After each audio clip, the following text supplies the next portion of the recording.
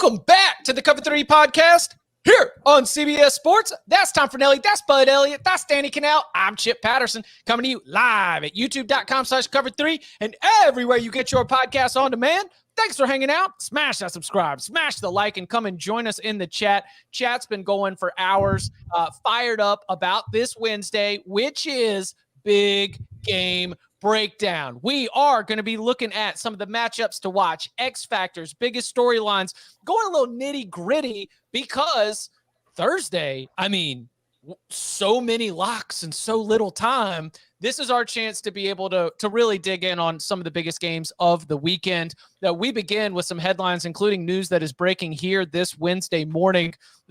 Jimbo Fisher, Texas A&M head coach, will be on the SEC teleconference shortly. It is, I don't know about expected, but I'm expecting that he will have an update on quarterback Connor Weigman, who, according to multiple reports, could be out for the rest of the season with a foot injury. Now, Texas A&M does have a quality backup in Max Johnson. This is not, the end of Texas A&M's season. Danny, what does the loss of Weigman mean in terms of the way that you're looking at the Aggies offense? They'll be a little bit more pocket passer centric. I think Weigman clearly was more athletic, but I love this story. And I'm biased because Brad Johnson is a friend of mine. I'm friends with the family. I don't know Max, but I think he's a more than this might be one of the best backup situations you could find yourself in the entire country. And I think it showed in the game on Saturday when you didn't see really any drop off and you actually saw the offense kind of settle in and he, played great. So I still like the Aggies in the SEC West to start the season. This doesn't really deter me that much from it, and I think that's one of the advantages we're getting a fresh face in there is that Petrino has worked with a lot of different styles of quarterbacks too, right? He coached Lamar Jackson. He's coached pocket passers. He's kind of done it with a lot of different guys. So yeah, you never want to lose your starter, but if there was ever any team as far as offense, coaching, and depth, I think this is the team where you're like, all right, let's see how it goes. And you're not devastated like some schools would be. Yeah, I think Danny nailed it. It hurts, but they do have one of the best backup situations in the country. There's a lot of teams in the SEC West who don't appear to be very competitive this year. So I would expect A&M, just based on how they played at Miami, and the lack of quality passers in the West this year, to still have one of the better passing games in the SEC. Right? I think Max Johnson is potentially a top half passer in the SEC just because there's so many quarterbacks who aren't very good. So we've gone from Connor Weigman to Max Johnson. Does Texas A&M's quarterback still rank better than how many SEC quarterbacks? Well, see, it's interesting to parse it out, like quarterback versus passing game. Sure, because you've got wide receivers at Texas A&M that are better than wide receivers at a lot of places. Correct. Yeah. It's probably premature to say he's a top half quarterback. I 100% still believe that A&M is still a top half passing game in this conference. See, I think it's a bigger deal. It's nothing about Max Johnson. I think that the one key thing that Danny touched on, Weigman is a lot more mobile than Johnson is, and I think if you're a defense, it is a lot harder to game plan for a team that has a quarterback who can move around because you can do everything right, and then that guy just takes off and bang, he picks up a first down. With Johnson, you can prepare a lot differently to stop those wide receivers than you could with Weigman back there because you don't really have to worry about him using his legs to, kill you and extend drives. Not to say he can't, but he's just not the same kind of threat doing so. So I do think it hurts their ceiling, but you're right. I still think when you look around the SEC, this is probably still going to be, at least an average passing offense in that league and in that division. So I don't completely rule them out, but I do think this probably ends all chances of them winning that division. So Texas A&M is going to be playing in Jerry World against Arkansas. These games are nuts. They do not make any sense. They seem to exist on an island within a season. Texas A&M, a 6.5-point favorite in that game. The Hogs, of course, just went down to Tiger Stadium and put a scare into LSU. They needed a field goal with less than 30 seconds left to get out of there. Do you give Arkansas a chance to pull an upset against the now Max Johnson-led Aggies? I think the number is good. Personally, I'm not betting the side. If this gets steamed because of this injury, I probably will bet some Texas A&M. Texas A&M has not been a trustworthy football program under Jimbo Fisher, to say the least. I still think they should be favored because they have better players than Arkansas does, and probably better coaching overall. But yeah, I mean, certainly, like, he is a backup. We all might think it's a minimal drop off, but there's some drop off. There's a reason why the guy won the starting job, and it is his first start. So Arkansas has a real D line. Arkansas's DBs so far this year have been torched largely by anybody with a pulse. So we'll see how that goes. But honestly, like, A&M hasn't really covered anybody either. So yeah, they got a shot. And is this Steve Adazio's fault? Sure. Yeah. It's all Adazio. Because, I mean, correct me if I'm wrong, but wasn't the foot injury because an offensive lineman stepped on his foot? Yeah. Yeah. And isn't the offensive line coach Steve Adazio? If Jimbo had just run on the field and blocked the offensive lineman from stepping on his foot, like, ultimately, doesn't it all come back to the head coach? He shows a willingness to try to tackle Auburn guys. I just want to blame it on Steve Adazio. Just as a matter of personal preference, I just thought that this would be an interesting place to place the blame at the feet of Steve Adazio. It is. Do you guys know lines? We're supposed to protect the QB, and we hurt the QB. I mean, come on. Do you guys know how often this happens and how bad it hurts when they get you? Oh yeah. Like, especially if you get the offensive lineman that wears the screw-in spikes, which I always couldn't stand. I wanted the molded cleats because they were easier, like if they did step on you. But you know how many, like, big toes and toenails that I lost because once they step on them, like, it's done. Forget it. And then you come and you'd wake up like Sunday morning or Monday morning and you'd see the black and blue nail and you just be like, oh, great. This is going to be fun. And then they have to drill, like, with a tiny pin. They poke a hole in it to try to bleed it out. And then it's dry. It is the worst. But I dodged it because I didn't break a foot. I didn't break anything. You know, I wasn't out for a season. It was just a pain tolerance thing. So I remember my sophomore year of high school, I had an ingrown toenail on my big toe on my right foot. And I played the entire season with it because to have it removed, I would have had to miss a couple of weeks. But the surgery to get that thing removed and getting like a shot in your toe was one of the most excruciating things I have ever felt, because that is nothing but bone, man. It was terrible. Chat's informing me that it was an Auburn defensive lineman, not his own offensive lineman who stepped on his toe. So Steve Adazio, I still blame you for They should have blocked him. He's still on the hook for Colorado State, all right, for leaving a smoldering ashes of a football program that they're still trying to rebuild there in Fort Collins. All right, another news headline that came out of the week. There was a college football playoff meeting to discuss the future format. Mike Oresco, the American Athletic Conference commissioner, came out and made a lot of waves talking about a new 5+7 format instead of a 6+6. That would be the 5 highest ranked conference champions, according to the College Football Playoff Selection Committee, plus 7 at-larges. He has clarified this again as of Wednesday morning, saying, "Oh, no. I was talking about the future, like the 2025 deal, because right now we only have 2 years that we've really been agreed to." Greg Sankey, after the Pac-12 really started getting picked apart, said that they need to review this. Do you think that the college football playoff should or will change from the 6+6, let's say first for the immediate future, beginning next season? Tom? No. You think it should not and will not? Oh, I think it's going to change. You're asking the wrong person about what they should do, Chip. Let's be honest. Go back to 2. I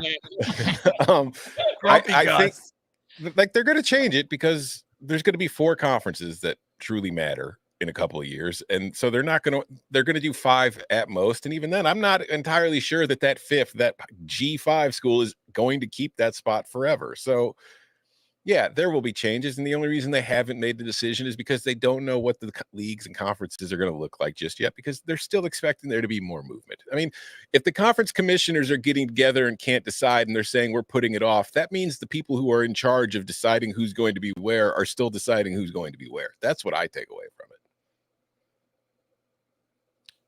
You button 1, button 0. Oh, sorry. They'll go to the lowest number of auto bids that they can feasibly get away with first. Avoiding antitrust. Mm-hmm. Yeah. And as soon as possible. They were at 6 because that basically is throwing a bone likely to, one of the G5s, right? If they think they can go to 5, they will. Judging based on who tweeted out the likelihood of the 5, I kind of lean that they will do it soon. I think we'll go 6+6 for 2 years, and that is great news for Boise State and James State, Madison, Georgia State, Tulane. There are going to be more opportunities for schools that are not in power conferences for 2 years, and then it's going to change by the time. Washington State, Oregon State, yeah, for sure. So are they going to hold on to their? I don't know. That's the interesting. It is kind of interesting. What happens next year? Do they cling on to the Pac-12 name and brand? Is that in stone? Can they do that?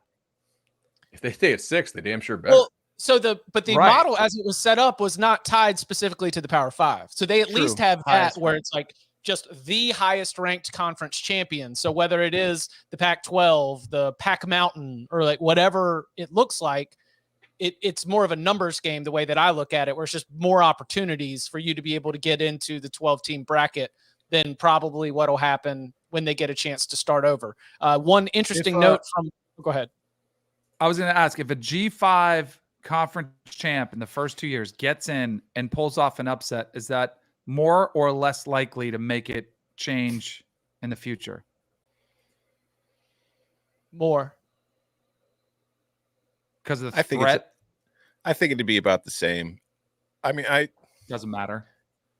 I do think a G5 team will pull off a first-round upset because, if you look at some of the projections this year that people are doing right now, it's you look at the G5 team that they're like Fresno. It's usually Fresno against a team that I think Fresno has the ability to beat once in a while. So I think you'll see it, but it's just I don't think you're really going to see a whole lot of them in the second round. I think it would be a G5 team making a run to the Final Four. Mm-hmm. That would probably be what led to them making changes in the model if they do it. Or, I mean, they might be able to point to that and say, see, it's the perfect model.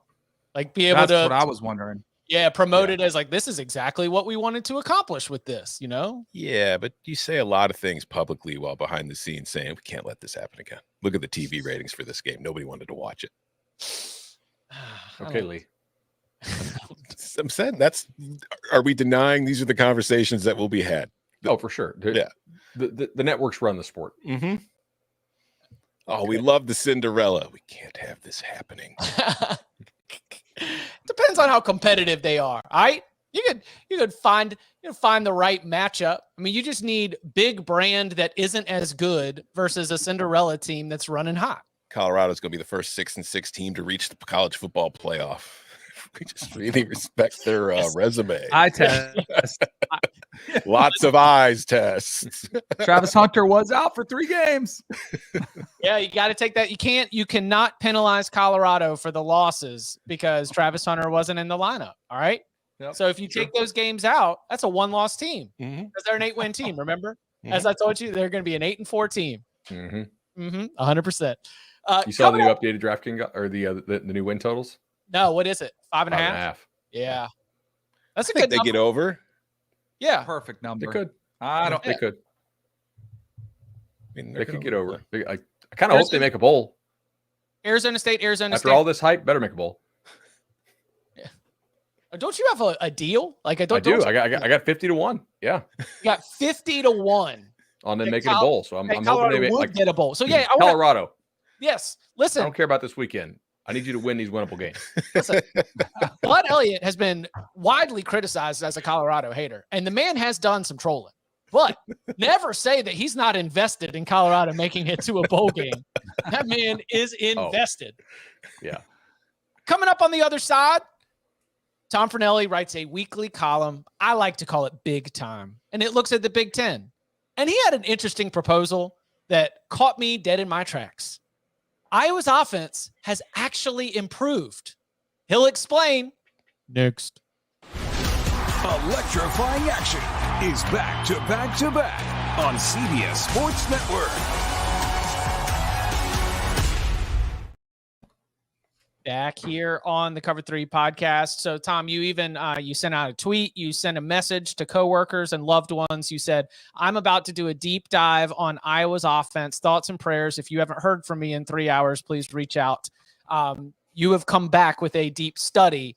What did you learn about this offense that has 14 receptions from wide receivers so far this year? If I'm an Iowa fan, I'm excited.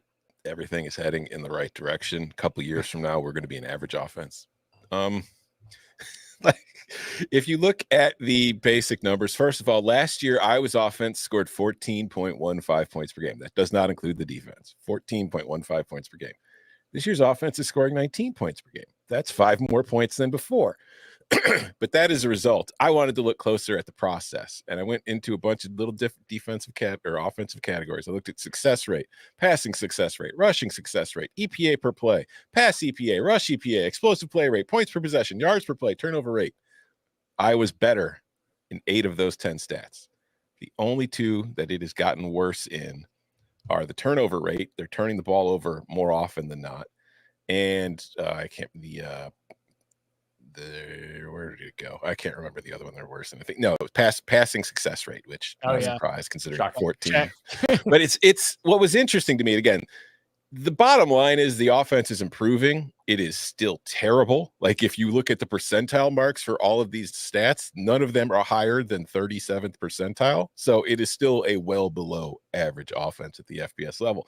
But what surprised me more than anything was, you'd think like the offseason was all spent talking about, all right, we're going to change things up. We're bringing in Cade McNamara. We're bringing in Eric All. We're bringing in the new wide receivers. We're going to be able to have a modern passing offense. And the passing offense is worse. But what's gotten a lot better is running the ball. They have been able to do it. They were in the 3.8th percentile last year in rushing success rate. They're up to 31.1 this year. EPA per rush, they were 4.6 last year. They're up to 37th percentile this year. Like, to me, that is a good sign in that if you're going to play the way Iowa is playing, you need to be able to run the ball. And I think that part of the problems they've had the last couple of years is that they couldn't run the ball, and it completely derailed what they try to do, which is, control the clock, control the field position, don't screw up, play good defense. Problem is they're not doing enough of the rest. And like I wrote in the column, there's 2 ways you can look at this. One is that the season, they haven't gone through their Big Ten schedule yet. So odds are the numbers are going to get worse because the schedule's about to get a bit tougher. But you can also look at it and say, hey, well, we are improving in some things. So bottom line, Iowa's offense is getting better this year. Iowa's offense still sucks. I looked into this because I was seeing some of the same numbers that Tom was. And Tom's numbers are 100% correct. I hope so. The reason I think that this offense is actually materially worse than last year, like my eyes weren't matching up with what the numbers told me, is that they have played 2 of the worst defenses in the G5, who also happen to be tempo teams, right? So like Iowa's getting a lot more at bats in those games than they would in a normal type situation.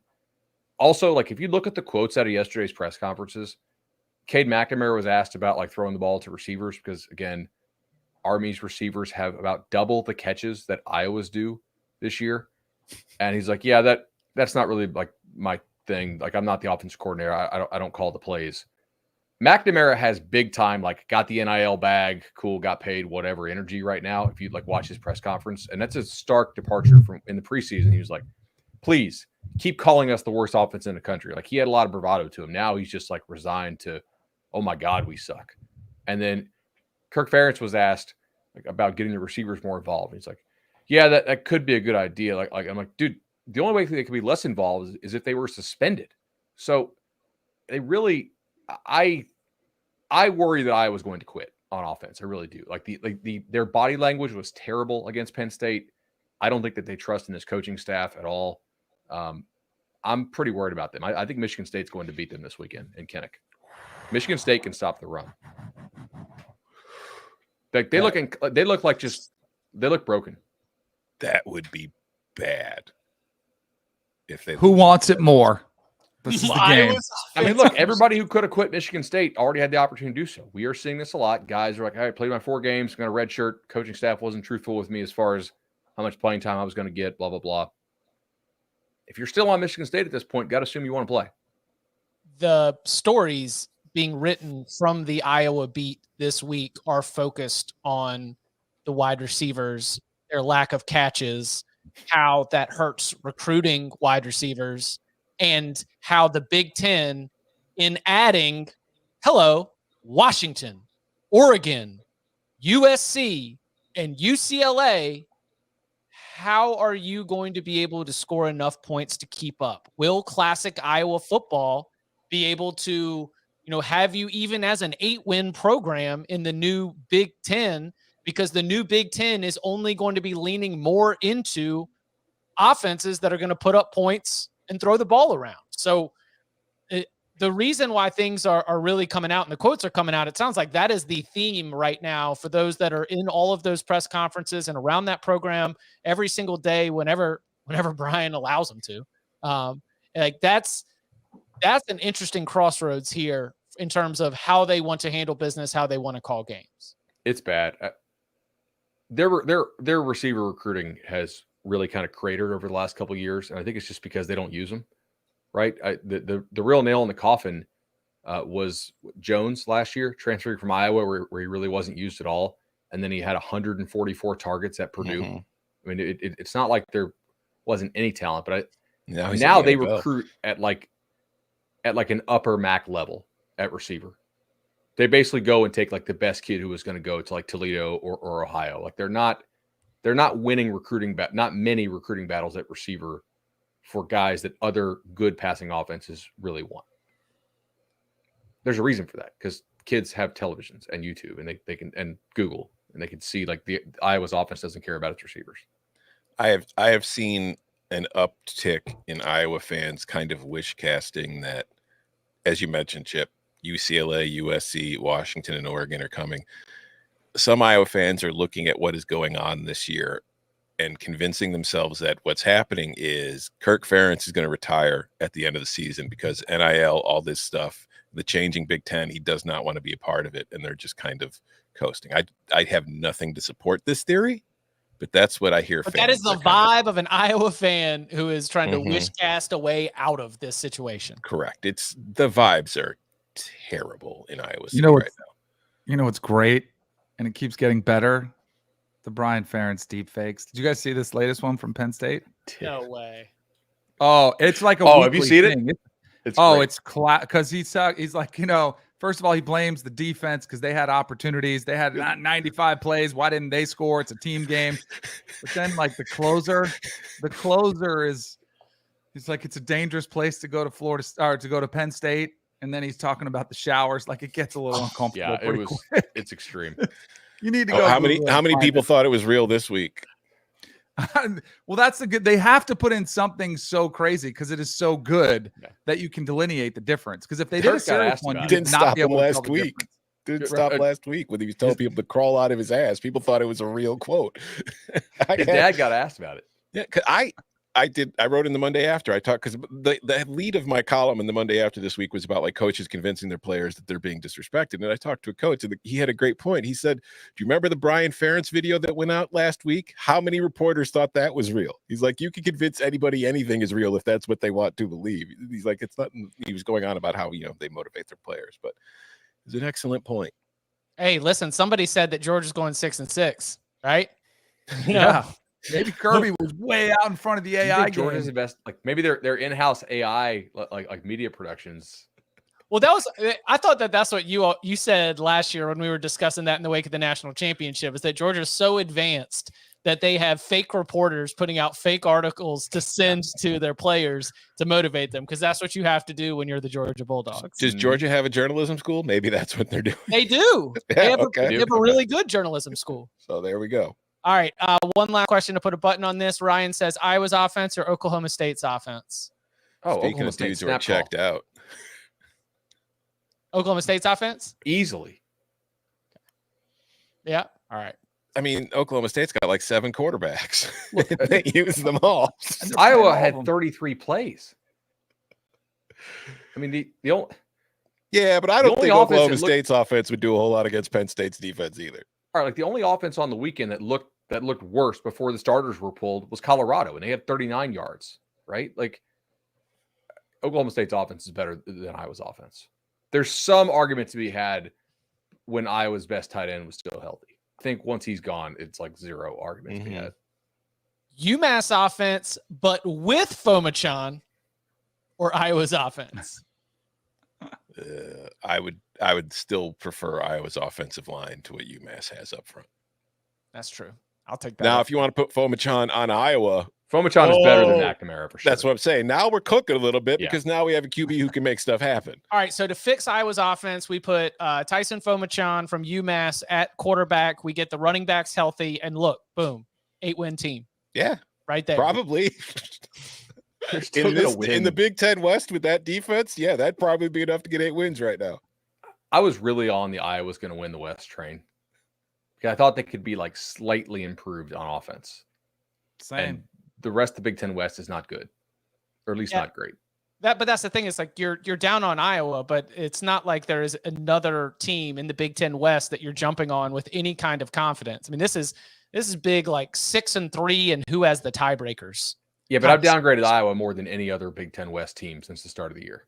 If Wisconsin plays like it did at Purdue on Friday night, and that wasn't just mostly a result of Purdue's defense, Wisconsin is going to run away with the division pretty easily. But it remains to be seen. We will see. They do have to play the Buckeyes, so there's one. We'll count them up. Coming up on the other side, every single Wednesday, our chance to do a deeper dive into some of the biggest matchups of the week. It is Big Game Breakdown. It's coming up next. There's no Belichickery here. When Sunday football isn't enough. Dislike that take. Great take. That other pregame show will put you over the tops. I'm all in. Let's go viral here. Every Sunday, all the insight you need on CBS Sports Network. Back here on the Cover 3 podcast. Sometimes you just got to break it down. We do it on Wednesdays. It's called Big Game Breakdown.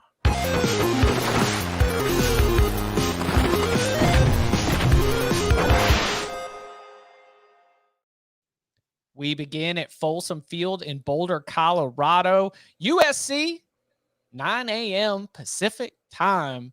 Showing up to play Colorado. The Trojans are 21.5-point favorites, over under of 73.5. USC, little bit of a slow start against Arizona State. That game was 21-13 at halftime, and they had each had about the same amount of offensive yards. Yikes. Can't have a slow start like that again. Curious to see what it looks like for the Trojans in the first half. As Caleb Williams goes up against this Colorado defense, Tom, what's your what are some of the matchups that you're looking at, or some of the angles that really intrigue you about this game? I mean, it's similar to last week. USC's offensive line isn't nearly as good as Oregon's, so there's some questions there. It's just, how the hell does Colorado get stops in this game? Like, how do they not get torn apart by this offense? It's like USC is going to win the game. To me, it's a question of how many points USC scores and how many points Colorado could put up against it, because I do think this is a better matchup for Colorado's offense than Oregon was. But I also think that USC's defense is better than it was last year. Like, if you look at the numbers, like when it comes to success rate, points per drive allowed, EPA, they're not great. They're still mostly closer to average as far as nationally, but that's a pretty big improvement over what we saw from that team last year. The problem is they are giving up a ton of explosive plays, largely because they can't tackle. They're 89th in the country in missed tackle rate, which is, not great. And so I do think that there is the chance for Colorado's offense to at least make something happen in this game that they had absolutely no chance in hell in doing against Oregon last week. And like we saw Arizona State on Saturday night with Drew Pine able to run the ball against this USC defense. Pretty, not great, but pretty consistently enough to stay on the field. Scatabo made some plays, kept drives alive. Can Colorado find a run game in this one? I don't know. That's the biggest question for me, but they're going to have to, I think, to have any kind of legitimate shot of keeping this one respectable. So that's really what I'm going to be watching more than anything here. Got some numbers for you. 545, 500, 520. Are those yards allowed? To TCU, Colorado State, and Oregon. good offenses roll out of bed and put up 500 yards on this defense. Nebraska is the lone exception, and Nebraska's offense is an absolute dumpster fire, like self-inflicted, dumpster fire. I don't feel like this is a big game breakdown, right? Like this doesn't feel big to me. There's other games I would rather discuss, to be perfectly frank. I understand why we do it, because YouTube juices anything we talk about with Colorado, Deion Sanders, Colorado, No, Deion no, Sanders, no, no, SEO, no, Colorado, no, Shedeur no, Sanders, no. Heisman, Pac-12, Colorado, Deion Sanders. But like, it doesn't feel like a big game to me.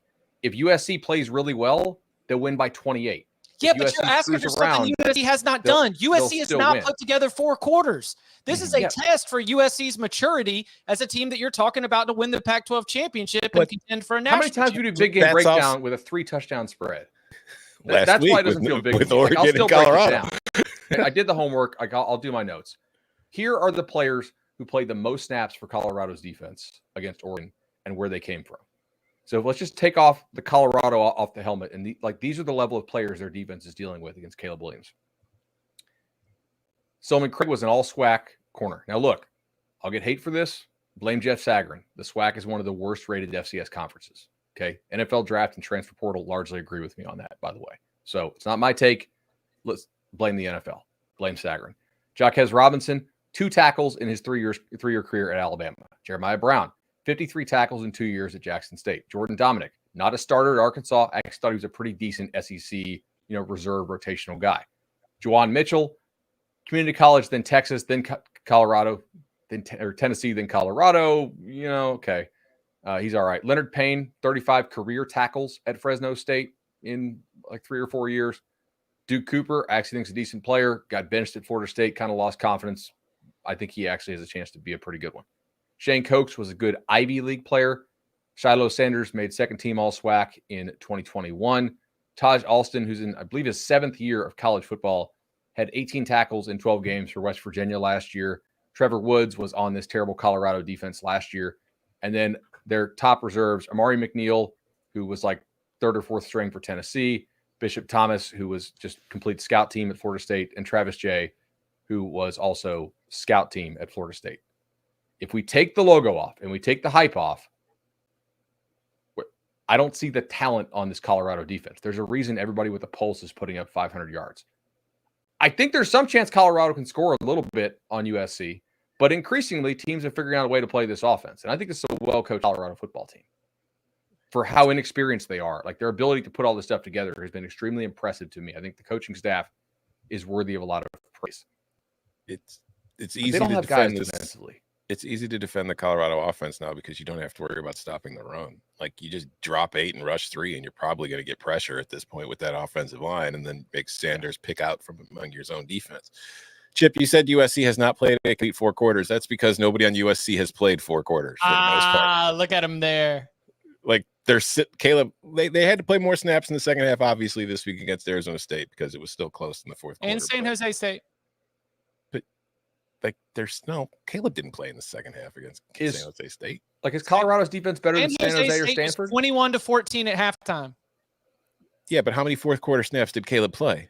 I'm just saying that there has not been a full 4 quarter. Like, we've not seen, like, USC ran it up on Nevada and they Well, they're crushed terrible. Stanford. It was 49-3 at halftime of that one. But there have been 2 games this year against arguably the 2 best opponents that they've played. God, Arizona State or Stanford. That's a coin flip. Like, When I was seen the Trojans play with their food a little bit. When I was in Tallahassee, when I was at Florida State, I had a lot of friends that were DGs, Delta Gammas.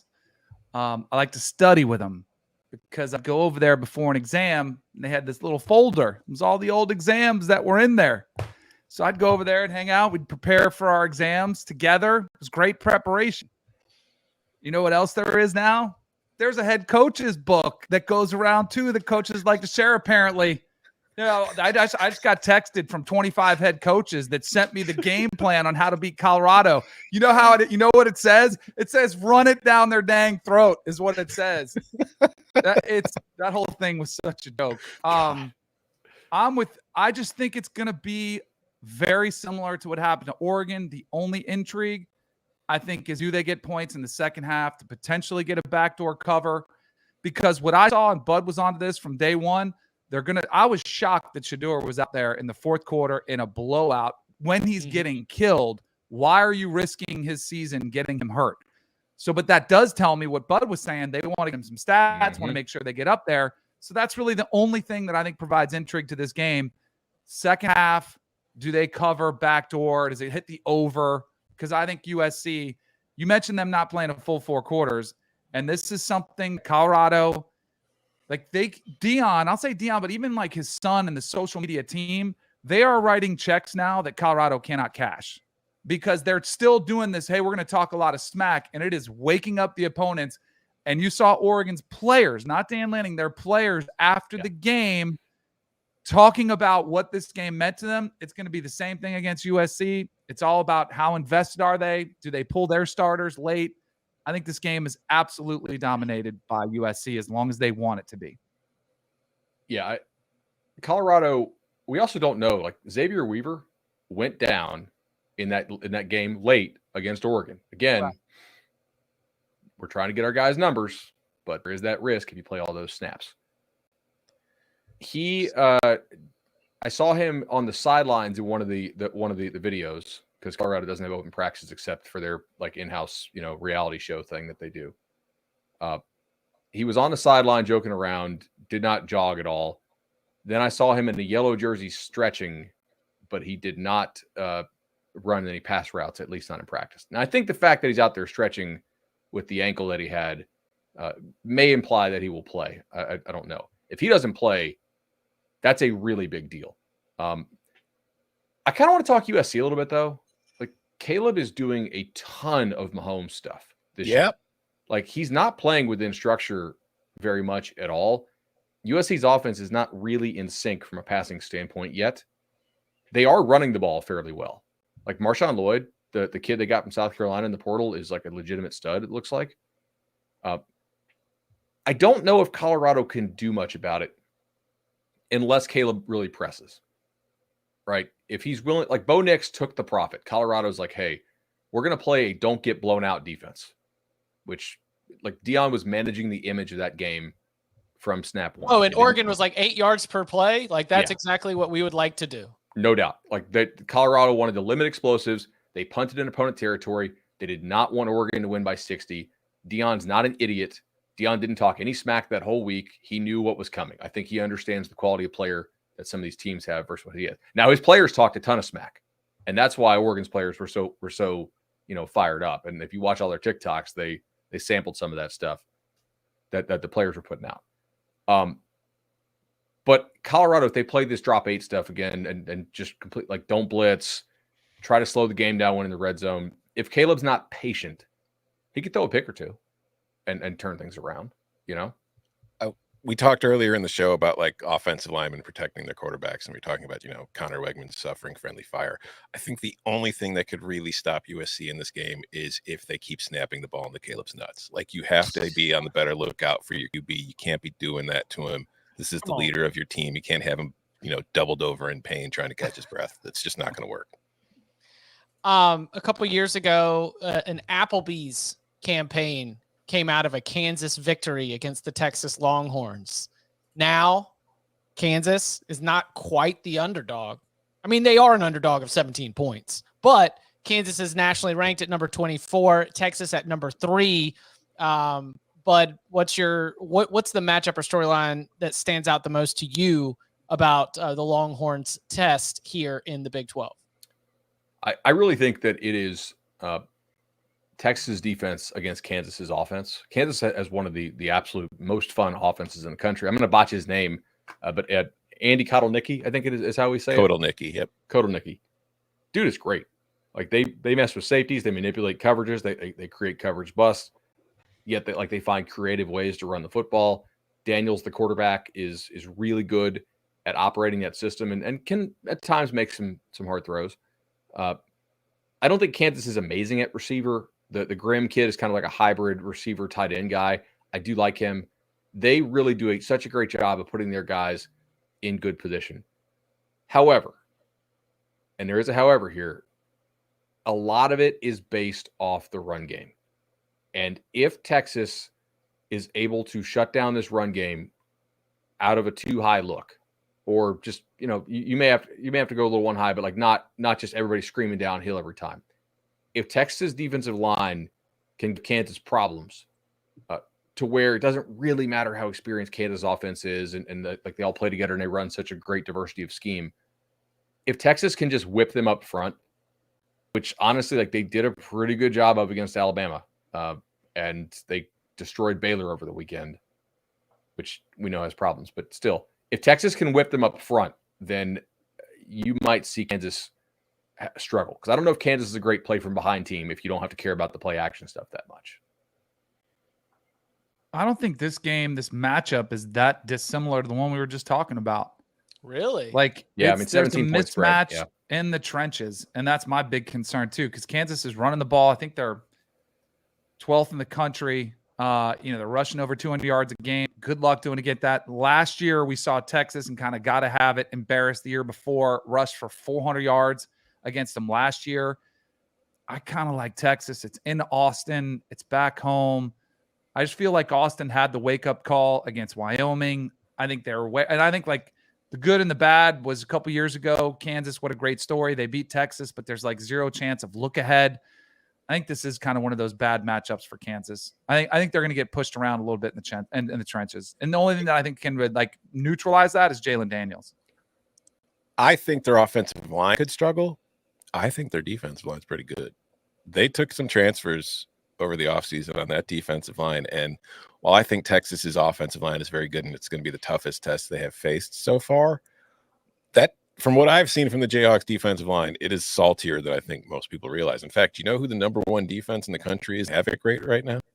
Who? It's the Kansas Jayhawks. They don't get a ton of pressure. They don't really get home to the QB. But they win a lot of battles. They get a lot of running backs in the backfield. They blow some stuff up before it really gets started. And that, I think, is going to be a key for Texas if they can keep the pocket clean for Quinn Ewers. And another thing I think is going to matter in this game, because this is just a funny matchup to me. You'll remember Texas beat Alabama because Quinn Ewers was dropping rainbows 70 yards, big touchdowns. Texas needs to do that because Texas has been awful in the red zone. Texas in the red zone right now ranks 106 nationally in touchdown rate once they get inside the 20 at 50%. But a defense ranks 102nd in red zone touchdown defense? Kansas. So this is going to be a battle of a team who can't score in the red zone going up against a defense that can't keep you from scoring in the red zone. I think that'll be a critical point. Whichever one of those two spots does better, I think could lead to an outcome here. But I think Kansas has a better chance to cover the spread than I think Bud and Danny do. I don't know. That doesn't mean I'm going to pick it as a lock. Yeah, but yeah, Kansas doesn't give you anything.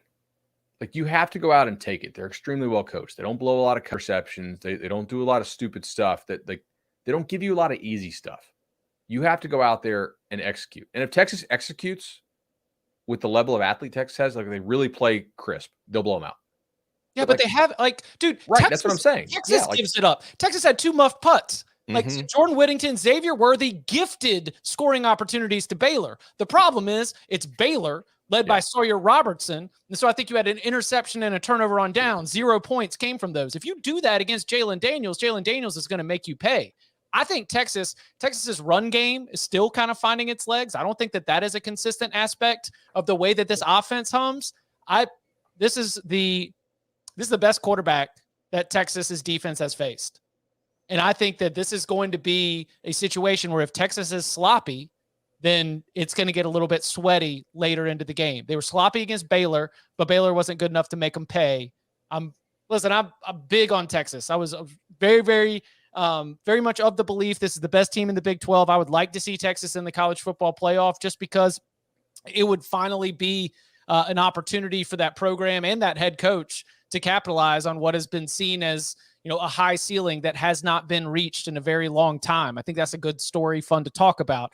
But in this game, I think that Texas's inability to be crisp and execute well in all phases of the game could end up hurting them against a team like Kansas. One last thing on this. I do have a hard time getting out of my mind. Like, I watched that Texas-Kansas game last year. It was 55-14 in Lawrence. Mm-hmm.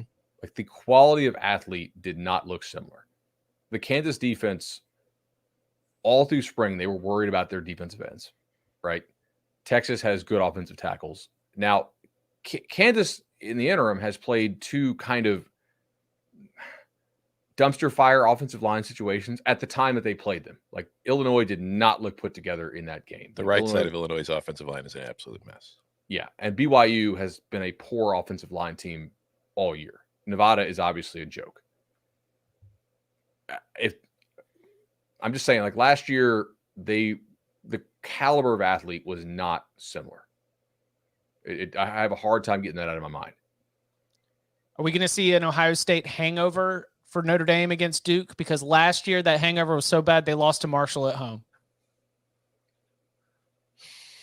No, because they've spent the entire week counting players, doing I'm sorry, I cheated on my wife's sit downs to explain what happened and that it's never going to happen again. It was a moment of weakness. No, I don't think so. Notre Dame lost. My opinion of Notre Dame in that game after did not really change at all. I still think it's a really good team. And I think that it's got a very good shot to go on the road this week and beat Duke. But there's some Kansas and Duke. Mm-hmm. In that, like, Duke does not generally beat itself. Yeah. Duke is going to make you come out and take it from them. You know? Notre Dame has not been able to hit explosive plays with its outside receivers. Okay. Clemson, a similar team, unable to hit those explosive to the outside receivers. Duke largely handled them. Clemson would move the football, but they wouldn't actually punch it in. I think Notre Dame can be a much better red zone team than Clemson due to some of the physicality, the run game, etc. But I mean, look, this Duke, I think Duke has the better quarterback in this game. Woo. People will get mad about that, but I'm taking Riley Leonard over Sam Hartman. The problem is the rest of Notre Dame's players, I think, are pretty solid. Duke has better receivers, but Notre Dame's a decidedly better defense than Duke is. And there may just be an athlete edge here that shows through. I would push back and say one game, give me Hartman, future potential, give me Riley Leonard. And he is a freakishly gifted. I mean, I think I sent you guys the 360 dunk, like he was an insane athlete. He hasn't played that much football. He's still like his arm talent is not that great on the top end. Maybe some of that's exposed by they don't have elite receivers, but he doesn't have a cannon. He is an electric runner, though, and he can take over games just like he did against Clemson. My thing in this one, you guys mentioned it a couple times, like Clemson did give them that game. Yep. You know, like more games are lost than they are won, and it really felt like Clemson lost that game with the red zone opportunities. I don't think Notre Dame makes the same mistakes, but I do think Duke, I think they can keep this close-ish. You know, I mean, they don't make mistakes. They have, Riley Leonard has 0 touchdowns. 0 turnovers. You know, he's careful with the football. They don't make that big mistake. But then I think you also have to consider, too, it's not only against Duke. Notre Dame kind of dominated the ACC. So that's another factor that comes into play. I do think they have a class of athlete that is a step above Duke. If they're ahead of Clemson and North Carolina and these other teams that they beat last year and that they beat routinely almost every year, I'd say it's probably going to play out the same. Yeah, I think you mentioned Duke doesn't, beat itself. I think that's a very good point because if you look at the numbers from them defensively, like success rate down to down, they're 64th, which is, pretty average. But as far as points per drive, they're 7th. They're second in stop rate or whatever you want to do it, whatever you want to call the stat where it's like how many times do you allow points out of possession. And they're 6th in explosive plays allowed. Like they don't give up the big plays. They make you go 10, 11, 12 plays. And we saw with Clemson, they kept making mistakes when you kept forcing them to go, 7 yards at a time. But are those numbers skewed because of that Clemson game, or is that just who Duke is? I think we're going to get a much better glimpse into that in this game because, as you mentioned, Bud, Notre Dame has the defensive edge in this game. I think they are better than Duke as far as talent-wise, too. Easily, yeah. Can that offensive line of Notre Dame just kind of control this game? Can Notre Dame wear them down? Keep Riley Leonard off the field and wear that defense down. So in the second half, kind of like we talked about, the last few years when Notre Dame would be playing North Carolina, can they wear them down, just overwhelm them physically and take the game over? because we saw too defensively Notre Dame last week. Ohio State won, but it's not like Ohio State looked like Ohio State. For the most part, Notre Dame did as good of a job as I have seen a team do limiting Marvin Harrison and Emeka Egbuka. Like Egbuka made a great play on the final drive to set up the touchdown. Harrison got his catches at some point, but for the most part, those two were minimized as well as you can minimize anybody. Duke might have better receivers.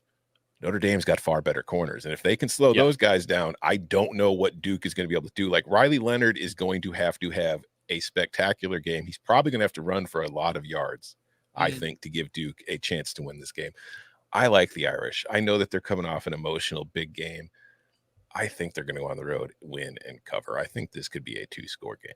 You know, ifs, buts, candies, nuts, and all that. But it's the Henderson touchdown run, Trevion Henderson's touchdown run, the huge Egbuka play at the very end. Like you remove like 3 plays from Ohio State's offensive production, and Notre Dame kept what we believe to be one of the best offenses in the country 100% in check.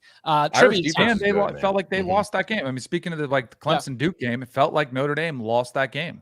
I felt like the broadcast was already moving on. You know, like it was oh yeah, you know, the game's over, everything's good. I mean, they were outcoached.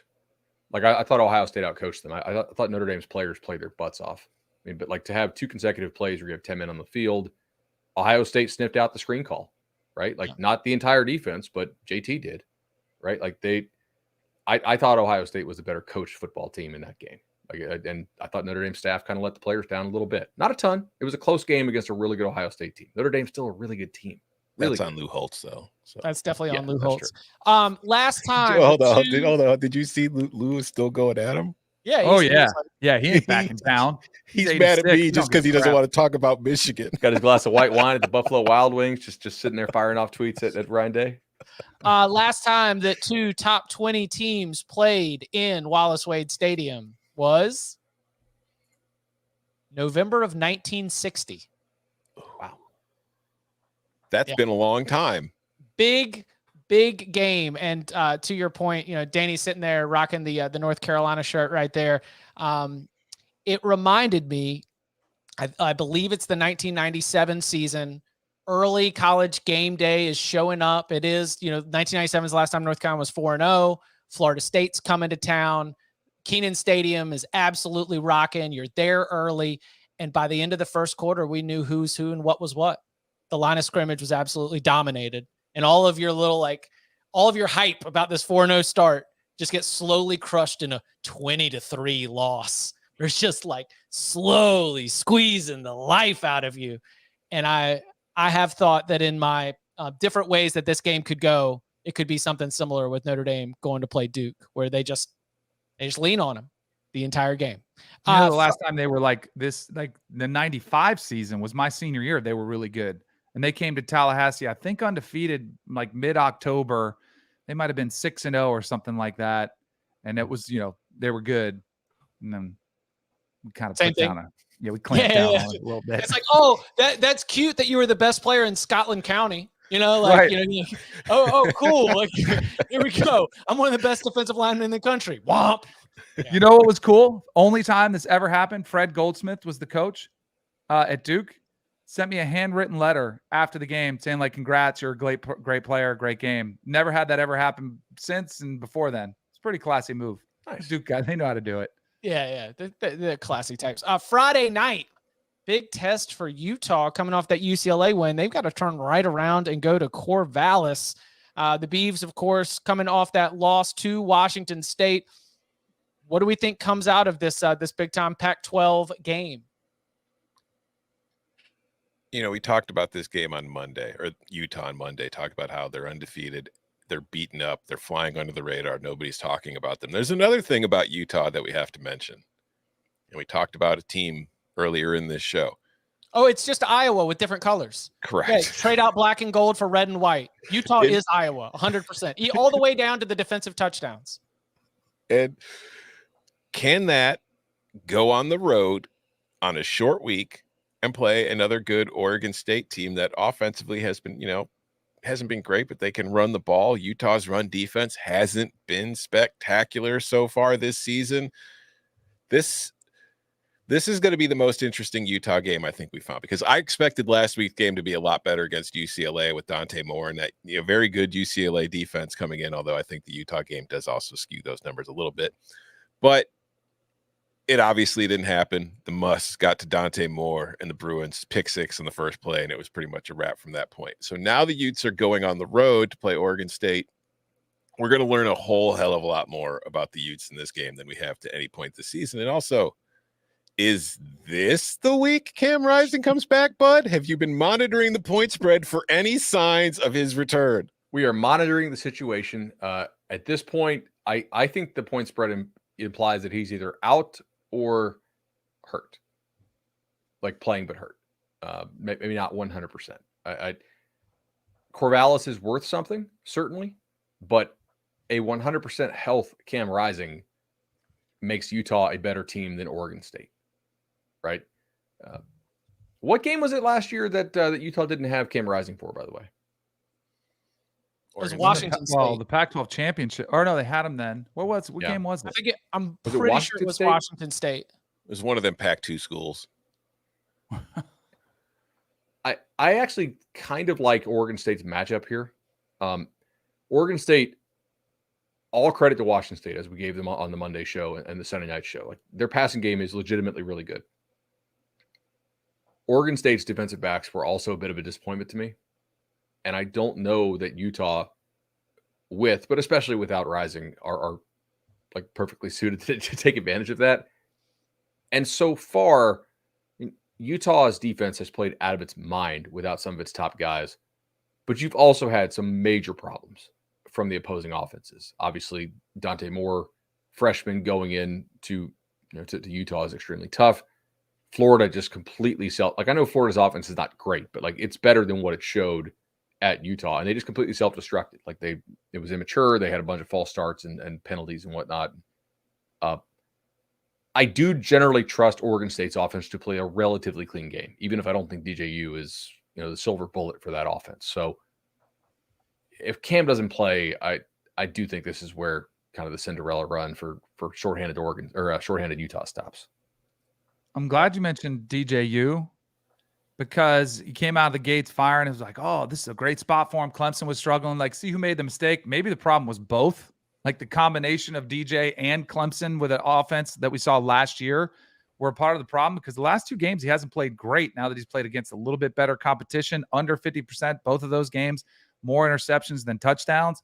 This to me has to be a DJU game where he steps up, because I don't think they're going to run the ball as effectively as they typically do against most opponents, because Utah's front 7 is like, yeah, keep running it at us all day long.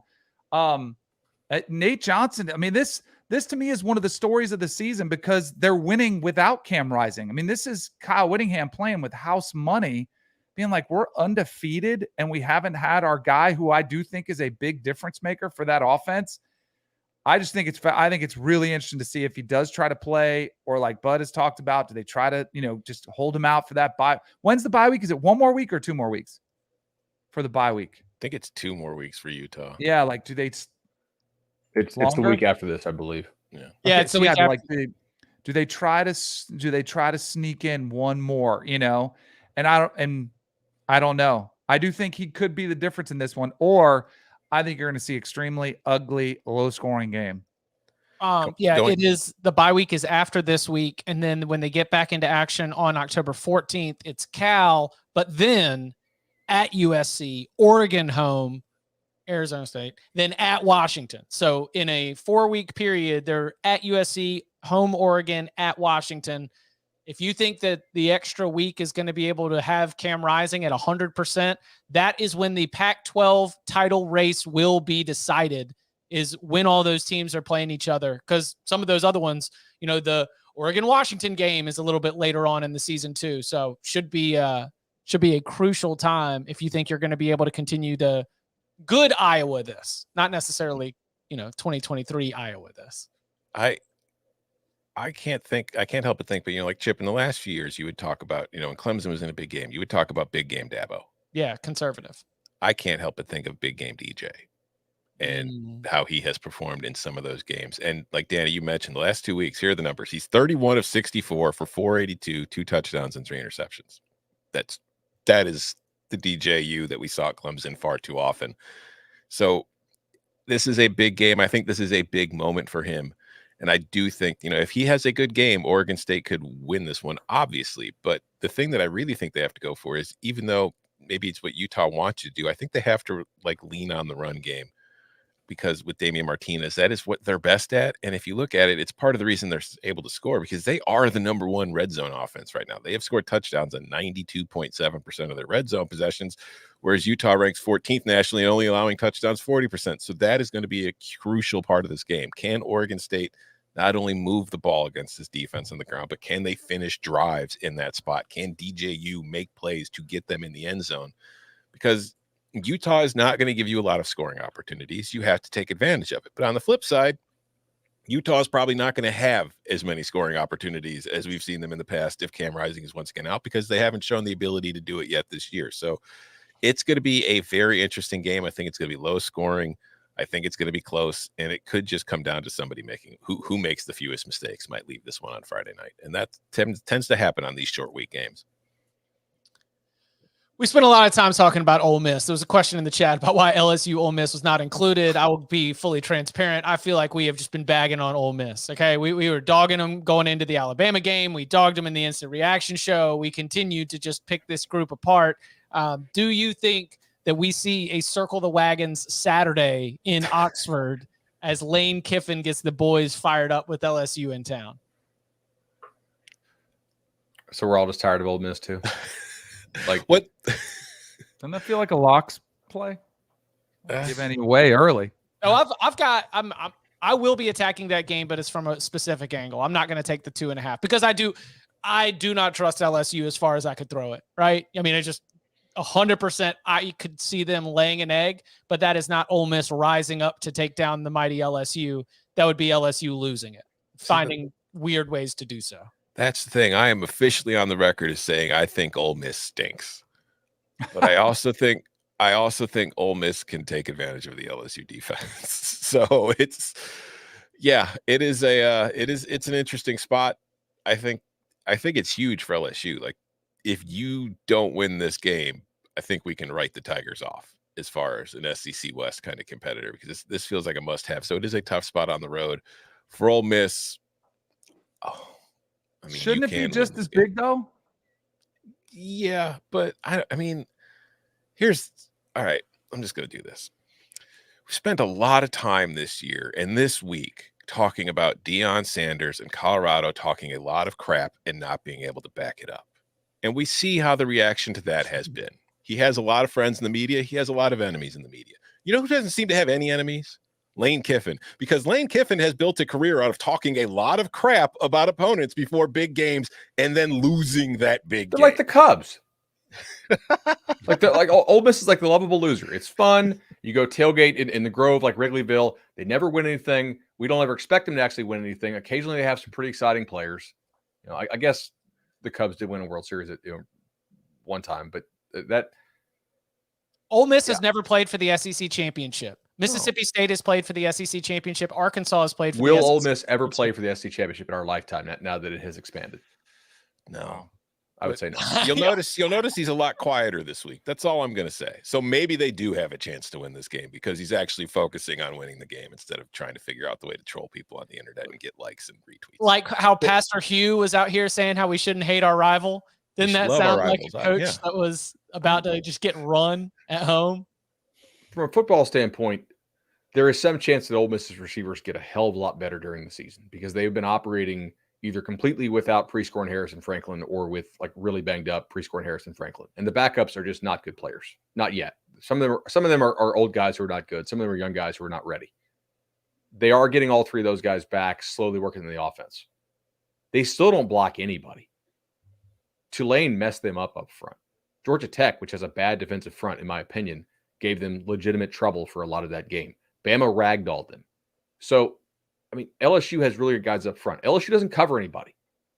So maybe Lane is able to scheme up a lot of wide open guys. Entirely possible. Ole Miss back end's not great either. Ole Miss has played not a good passing offense in Georgia Tech, kind of a one read, thing. Bama, which doesn't really pass the ball at all. and Tulane's backup.